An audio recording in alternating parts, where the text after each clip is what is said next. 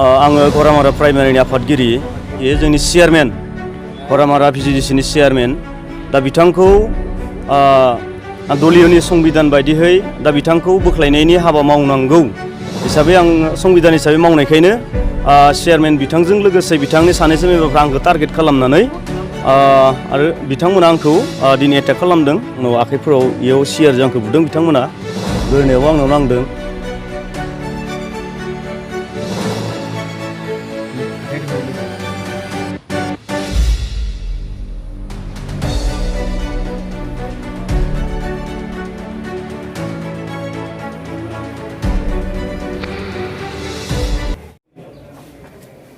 थाया माने मैयायो दिनैनि तारिखाव माने मिटिं जागोन होननानै मोनसे लाइजाम मोनदों। ओमफ्राय बे लाइजामखौ आरोखि जोंनि डिस्ट्रिक्टनि आफादगिरि जोंना बिखन सार बिथाङा बे मिटिंखौ पस्टपन खालामदों आरो बै जिथु जों फार्स्ट लाइजाम जिथु मोननाय बे लाइजामाव बे मेलनि बागै जेबो एजेन्डाबो गैया, मा बिखयाव रायलायगोन बेनि खुनु एजेन्डा गैया आरोखि। दा जोङो बेवहाय आङो सुरेश बिथाङा सुरेश सरकार बिथाङा जोंनि डिस्ट्रिक्टनिनो नेहाथारि दा बिथांखौ जों सोंनो थांदोंमोन। आंजों दंफायोमोन जोंहा मन' फंबाय सालबारिनि बिथाङा आरो लोगोसे गोबां प्राइमारिफोर आंजों लोगोआव दंमोन। बेखौ सोंनो थांनायाव सोंबायबो दान्थे बिदान्थे एसे जाबाय, दोलोनि गेजेराव दान्थे बिदान्थे जानाया गिदिर खोथा नङा। बिथांमोना माने सावरायखादो जानो हागौ जोंनिनो घरामारा प्राइमारि माने भिसिडिसिनि सिङाव थानाय माखासे मेम्बारफ्रा दा बै समाव आरो लोगोसे बे रामसातारि प्राइमारिनिबो सासे दङ, बिथाङाबो भिसिडिसिनिनो आरो लोगोसे लेस्रानि दं सासे, बिथांमोना आंखौ थोंजोङै फैनानै एटाक खालामो आरो नै आंनाव आखाइफोराव इयाव सियारजों आंखौ बुदों बिथांमोना, गोरनायावबो आंनाव नांदों, नै बेयावबो नांदों। दा दोलोखौ स्ट्रं खालामनायनि थांखि हिसाबै नै दा जोंनिया जिथु संबिधान हिसाबै खामानिखौ मावनांगौ होननानै जोङो मोनफ्रोमबो प्राइमारिया खावलायबोबाय थादों। दा बिथांमोना प्राइमारिनि मोनसेबो खोथाखौ दिनैहालागै खोनासङाखै आरो गोबां जोङो सोरबा एमएलए टिमानो जा सोरबा इनचार्जआनो जा जों गोबां होबाय आरो जोङो समनाथ नार्जारि सार बिथांखौबो जों गोबां प्राइमारिफोरनि माखासे उसुबिदाफोरखौ होबाय, रायजोफोरा मा अभियोग होयो होआ, जोंनि गेजेराव मिला प्रिति माखासेफोर गैया आरो लोगोसे जोंनि एक्स वर्कार बिथांमोनखौ रावबो अनार होआ।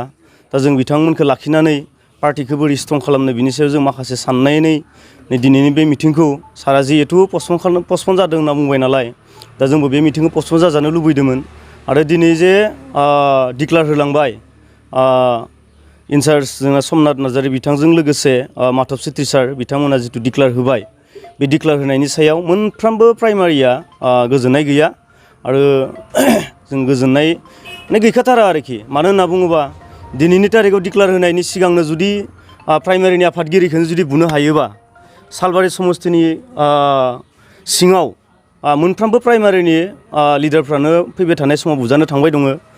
दा बिथांमोना मावा नङा मावखागोन आरो जों बिथांखौ खुनु पयथे जोङो आफादगिरि हिसाबै जोङो मोनफ्रोमबो प्राइमारिया जों मानिनानै लाया। दा आङो दिनै मिडियानि गेजेरजों बेखिनिखौ बुंबाय आरो लोगोसे जाय बिथांमोना आंखौ एटाक खालामदों बिना दगाव, जे साधारन दलावथ' दान्थे बिदान्थेया जाया नङा, खिन्थु आंखौ एटाक खालामनायनि दायाव आङो आयेननि राहा लागोन। नै दा अलरेडि आं थाना थांगोन, थांनानै आङो जाय बेलागा आंखौ एटाक खालामदों आङो अलरेडि आङो नुखाजोबदों निजिनो आरो नुग्राबो दं, जोंनि प्राइमारिनि माखासे दैदेनगिरि बिथांफोराबो नुदों नालाय, दा आं बिथांमोनखौ आयेननि राहा लागोन आरोखि। प्रेसिडेन्ट महरै सोरखौ होखो ओरैनो? प्रेसिडेन्ट महरै सोरबा माबानि कलबारिनि बिथाङा डिस्ट्रिक्टआव बिबान दं होनना खोनादों। दा बिथांमोननिया माने प्राइमारिनो खुनु जनाया मिन्थिया, रायलायनायबो गैया, मानायबो गैया, माने संबिधान होननायानो सालबारियाव गैखाया आरोखि। जोङो नङा बाथ्रा बिदि नङा ओरै रायलायनो थाङोबा नै बेखिनि खोथाखौ बुंनो थांनायावनो दिनै आंनिया नैबेखिनि घटनाया जानानै थांबाय आरोखि। जोंथ' खनिनखौ जों मालाबाबो गनायनो हाया बिदि आरोखि। जों माने जोङो गनायनानै लाखाया आरोखि, जोङो मोनफ्रोमबो प्राइमारि जों गनायनानै लानो हाया आरो गनाया। आरो नैबे बुस्थुआ जोङो दिनै डिक्लार होनायनि आवगाय आङो घरामारा प्राइमारिनि आफादगिरि जानानै आं बुंदोंमोन जे सारमोना मोनफ्रोमबो प्राइमारिनो मोनफ्रोमबो प्राइमारिनाव सोंना नायनो हायो गोजोननाय दंना गैया। दा माधब सिटि साराबो बेखौ खोनासङाखिसै, बरन्स आंखौ जिराय माबा माबि बहुद खोथा बुंनानै डमिनेट खालामनाय रखम जादों आरोखि। खिन्थु जों सनमानखौ होयो, नोंगौ होआ नङा जों होदो, खिन्थु होयै दिनै मेंनाय रखम अबस्थायाव जों फैबाय आरोखि।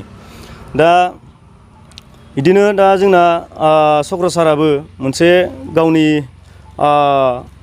समाजारि बेरेखा मावनाय हाबाजों लोब्बा थानानै बिथांखौ खुनु माने संबिधान मथे बिथांखौ एक्सपेल खालामनाय जायाखै। दा संबिधान मथेबाथाय बिथांखौ एक्सपेल खालामना दोननांगौमोन, मास मोनसे हयथ' मास मोननै मोनथाम बिदि संबिधानाव दङ।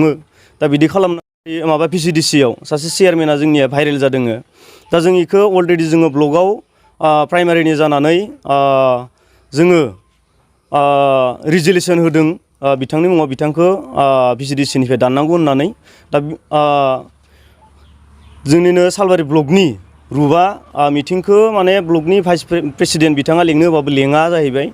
दा मानि कारनाव लेङा, मा जाहोनाव लेङा, दा बेखौ जोङो सोंबाबो जोङो मोजां रिजाल्टखौ मोना। दा संबिधान मथेथ' जों रिजाल्टखौ मोननांगौमोन, दा मोनाखै। दा बेनिखायनो संबिधान बायदियै जा थार बिजिरनायखौ बिथांनि सायाव एक्सनखौ जों लुबैदों। आरो आंनि प्राइमारिनि गासै जोंनि इउपिपिएल सापर्टारफोराबो बिथांखौ बिबाननिफ्राय दानजानायखौ लुबैदों। आरो लोगोसे जोंनि दुलाराय बर' फरायसा आफादनि बिथांमोनाबो सालायनायखौ मोजां मोनाखै लेखा बायदियैनो। बिथांमोनाबो प्राइमारिखौबो खावलायदों, डिस्ट्रिक्टखौबो खावलायदों। दा बिथांमोना माने डिस्ट्रिक्टनि आफादगिरिनि खोन्थाखौबो माने सेन्ट्रेलावबो मानिनाय जायाखै। दा बिदि रखम माखासे सोलिबाय थादों आरोखि। दा माखासे बेबायदि बेजे बेजे सोलिबाय थायोबा जोंनि गेजेराव इउनिटिया बोरै फैगोन? दा दिनै जाथाया जालांबाय, आंखौ जे एटेक खालामदोंबा बेयावथ' इउनिटिनिथ' खोन्था फैला। दा जियानो जा आंथ' लिगेलावसो बुंदों खोथाखौ। दा लिगेलाव बुंदों नालाय, दा जुदि इनो जुदि गाज्रि जादोंबा दा फैबाय थानाय समाव दा बेसेबां गाज्रि जागोन। आं ओंखायनो घरामारा प्राइमारिनि आन्दाराव जोंनि जिथु इउपिपिएल सापर्टार बिथांमोनखौबो आं खावलायगोन। आरो लोगोसे अन्य सालबारि समस्तिनि आन्दाराव थानाय प्राइमारिनि जा इउपिपिएल सापर्टार बा जोंनि एक्स जायफोरा वर्कार, दा बिथांमोनखौ माखासे डमिनेट खालामनायनि गेजेरजों बिथांमोनखौ अनारबो होआ, बिथांमोनखौ सनमान खालामा, जोङो गोबां दुखु मोननानै थायो। दा खाथियाव फैगौ इलेक्सन, आङो घरामारा प्राइमारिनि आफादगिरि, बेयो जोंनि चेयारमेन, घरामारा भिसिडिसिनि चेयारमेन। दा बिथांखौ दलियनि संबिधान बायदियै दा बिथांखौ बोख्लायनायनि हाबा मावनांगौ हिसाबै आं संबिधान हिसाबै मावनायखायनो चेयारमेन बिथांजों लोगोसे बिथांनि सानैसो मेम्बारफ्रा आंखौ टारगेट खालामनानै आरो बिथांमोना आंखौ दिनै एटेक खालामदों। आंनाव आखाइफोराव इयाव सियारजों आंखौ बुदों बिथांमोना, गोरनायावबो आंनाव नांदों, नैबेयावबो नांदों। दा दोलोखौ स्ट्रं खालामनायनि थांखि हिसाबै नै दा जोंनिया जिथु संबिधान हिसाबै खामानिखौ मावनांगौ होननानै जोङो मोनफ्रोमबो प्राइमारिया खावलायबोबाय थादों। दा बिथांमोना प्राइमारिनि मोनसेबो खोथाखौ दिनैहालागै खोनासङाखै। भिसिडिसिआव सासे चेयारमेना जोंनिया भाइरेल जादों। दा जों इखौ अलरेडि जोङो ब्लगाव प्राइमारिनि जानानै जोङो रिजलिउसन होदों, बिथांनि मुङाव बिथांखौ भिसिडिसिनिफ्राय दाननांगौ होननानै। दा जोंनिनो सालबारि ब्लकनि रुपआ मिटिंखौ माने ब्लकनि भाइस प्रेसिडेन्ट बिथाङा लेंनो होबाबो लेङा जाहैबाय। दा मानि कारनाव लेङा, मा जाहोनाव लेङा, दा बेखौ जोङो सोंबाबो जोङो मोजां रिजाल्टखौ मोना। प्राइमारिनि गासै जोंनि इउपिपिएल सापर्टारफोराबो बिथांखौ बिबाननिफ्राय दानजानायखौ लुबैदों। आरो लोगोसे जोंनि दुलाराय बर' फरायसा आफादनि बिथांमोनाबो सालायनायखौ मोजां मोनाखै लेखा बायदियैनो। बिथांमोनाबो प्राइमारिखौबो खावलायदों, डिस्ट्रिक्टखौबो खावलायदों। दा बिथांमोना माने डिस्ट्रिक्टनि आफादगिरिनि खोन्थाखौबो माने सेन्ट्रेलावबो मानिनाय जायाखै। दा बिदि रखम माखासे सोलिबाय थादों आरोखि।